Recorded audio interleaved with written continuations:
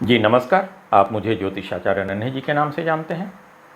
आज के इस छोटे से वीडियो में हमारी चर्चा का विषय होगा धन योग। धन योग के ऊपर और भी वीडियो हमारा यूट्यूब पर अपलोड हो चुका है। उसी क्रम में यह भी वीडियो आपके सामने पेश है। तो धन योग का पता लगाने के लिए हम जन्म कुंडली के दूसरे भाव की स्थिति का विचार करेंगे, फिर दूसरे भाव के स्वामी की स्थिति का भी विचार करेंगे और धन के कारक ग्रह बृहस्पति की स्थिति का भी विचार करना होगा। आइए शुरुआत करते हैं। यह सिंह लगन में जन्म लेने वाले एक जातक की कुंडली आपके सामने पेश है। इस जन्म कुंडली के दूसरे भाव को देखा जाए, जहां नंबर 6 लिखा है वह जन्म कुंडली का दूसरा भाव है। दूसरे भाव में सूर्य बैठे हुए हैं। जन्म लगन सिंह के स्वामी सूर्य बैठे हुए हैं। दूसरे भाव पर देखिए शनि की तीसरी पूर्ण दृष्टि पड़ जा रही है 12वें भाव से। 1 2 3 शनि जहाँ बैठे होते हैं वहाँ से तीसरे 7वें और 10वें भाव को अपनी पूर्ण दृष्टि से देखते हैं। तो शनि की तीसरी पूर्ण दृष्टि का पड़ना बहुत अच्छी स्थिति तो नहीं कही जाएगी इस संदर्भ में, धन योग के संदर्भ में। तो जन्म कुंडली का दूसरा भाव बहुत अच्छी स्थिति में नहीं है, यह कहा जाएगा। फिर दूसरे भाव के स्वामी की स्थिति का विचार किया जाए तो यहाँ कन्या राशि पड़ रही है दूसरे भाव में। कन्या राशि के स्वामी बुध होते हैं।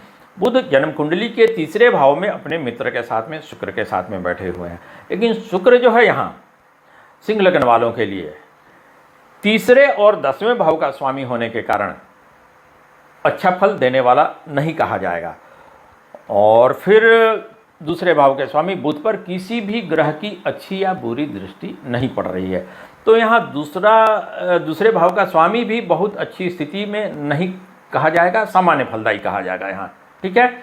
लेकिन दूसरे भाव की स्थिति भी हमने देखा कि वह भी सामान्य ही है, बहुत अच्छी स्थिति नहीं है। और दूसरे भाव के स्वामी की स्थिति भी बहुत अच्छी नहीं कही जाएगी। लेकिन बावजूद इस जन्म कुंडली के जातक के पास प्रचुर मात्रा में धन रहा।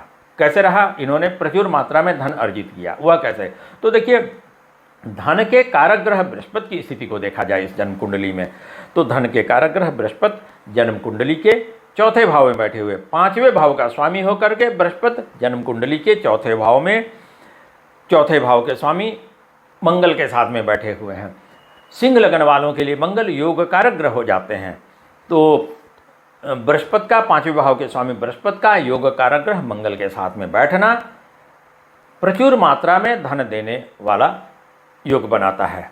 और इस जातक के साथ भी ऐसा ही हुआ, इन्होंने अच्छा खासा धन अर्जित किया। लेकिन एक बात और देखा जाए कि इस जातक के द्वारा अर्जित किया हुआ धन बुरे कार्यों में खर्च होता गया।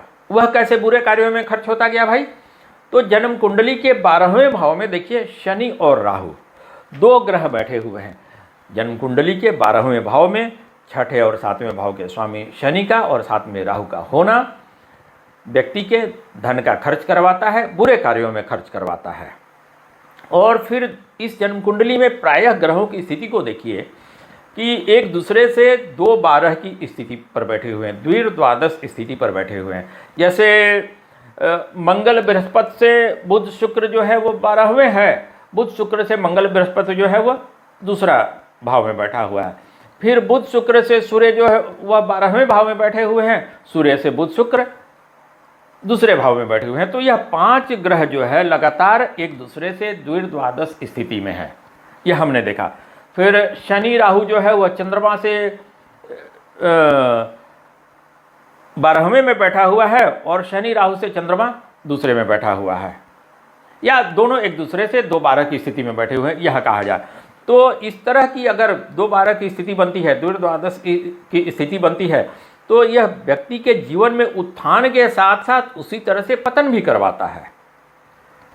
और इस प्रकार हमने देखा इस जन्म कुंडली वाले जातक के पास किस तरह से धन योग बना और इन्होंने किस प्रकार से प्रचुर मात्रा में धन कमाया।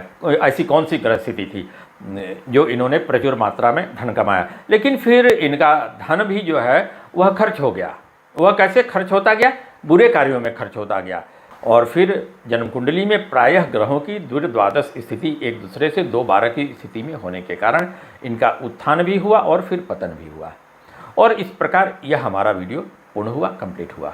अगर हमारा यह वीडियो आपको अच्छा लगे तो हमारे चैनल का सदस्य जरूर बनिए, हमारे चैनल को जरूर सब्सक्राइब कीजिए। इस वीडियो में इतना ही, फिर हम दूसरे वीडियो में मिलेंगे। तब तक के लिए विदा लेते हैं। धन्यवाद।